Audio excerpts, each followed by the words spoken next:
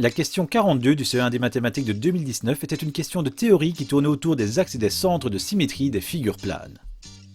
Des questions de théorie spécialement sur cette matière, ce n'est pas très courant, mais on en avait déjà eu en 2011 et 2017. La question dit « Complète par le vocabulaire adéquat ». Un quadrilatère qui n'a pas d'axe de symétrie et qui a un centre de symétrie est un, et tu dois mettre le nom du quadrilatère. Un triangle qui a un seul axe de symétrie est un triangle, et il faut donner la caractéristique du triangle.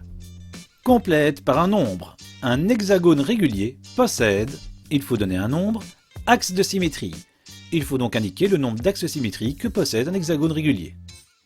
Allons-y pour la première phrase. Un quadrilatère qui n'a pas d'axe de symétrie et qui a un centre de symétrie est un parallélogramme. Observe, voici un parallélogramme.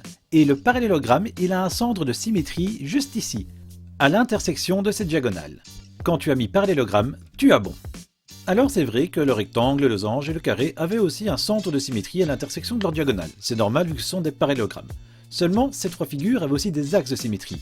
Or, dans notre phrase, on nous disait bien qu'on ne devait pas avoir d'axe de symétrie. Et c'est pour cela que parallélogramme était le seul mot qui pouvait correspondre à notre phrase. Si tout ce que je viens de raconter avec les parallélogrammes, les carrés, les rectangles, tout ça, ça ne te parle absolument pas, il y a une vidéo sur les quadrilatères et il vaudrait mieux aller la voir. Seconde phrase, un triangle qui a un seul axe de symétrie est un triangle isocèle. Voici un triangle isocèle, il a deux côtés de même mesure. Ici, j'ai choisi de mettre comme base, comme côté du bas de mon triangle, le côté qui n'avait pas la même mesure que les deux autres. Et notre axe de symétrie, le voici, bien perpendiculaire à la base de mon triangle isocèle. Au passage, tu remarqueras qu'il s'agit de la médiatrice de ce côté, mais également de sa médiane, de sa hauteur et même de la bisectrice issue de l'angle opposé à ce côté parce que ces quatre droites sont confondues dans un triangle isocèle. Quand tu as indiqué qu'il s'agissait d'un triangle isocèle, tu as bien répondu. Un triangle équilatéral n'aurait pas pu correspondre parce que lui il a trois axes de symétrie. Or dans la question on n'en voulait bien qu'un seul. Il fallait donc bien indiquer isocèle et pas autre chose. Ici aussi si les mots comme équilatéral, isocèle, tout ça, tu fais une petite tambouille avec, il vaudrait mieux aller voir la vidéo sur les triangles. Troisième et dernière phrase, un hexagone régulier possède combien d'axes de symétrie pour un hexagone régulier? 6 axes de symétrie. Voici un hexagone régulier.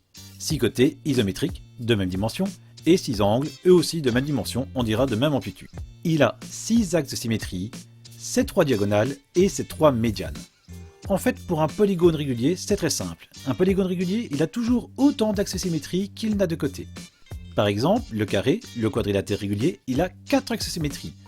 Le pentagone régulier, ici à gauche de mon hexagone régulier, il a lui 5 axes de symétrie vu qu'il a 5 côtés. Si cette histoire d'hexagone, de pentagone et de polygone régulier, ça ne signifie rien pour toi, il y a à nouveau une vidéo sur les figures planes et ce serait vraiment judicieux d'aller la consulter. Dans tous les cas, ici, dès le moment où tu as écrit 6, tu as bon, et cette question 42 est terminée. Bon, voilà. Je vais pas y aller par 4 chemins, dans cette question 42, si tu ne connaissais pas ta théorie, c'était foutu. C'est un peu comme dans la question 19, sauf que la question 19, je te dis, si tu connais pas ta théorie, il y a moyen de se débrouiller, tu fais tes figures, tu essaies de retrouver et tout. Dans la question 42, c'est pas du tout possible. Parce que moi, les figures que je t'ai données pour t'expliquer, j'ai pu les mettre parce que je connaissais les réponses. Si je ne connaissais pas les réponses, je vais pas tracer toutes les figures qui existent jusqu'au moment où j'arrive à retomber sur mes pattes. Limite avec les quadrilatères, dans la première partie, tu pouvais tracer les quadrilatères et voir lequel avait un centre de symétrie et pas d'axe de symétrie, mais alors il aurait fallu maîtriser la théorie sur les quadrilatères, et ça fait quand même un paquet de théories qu'il faut quand même connaître.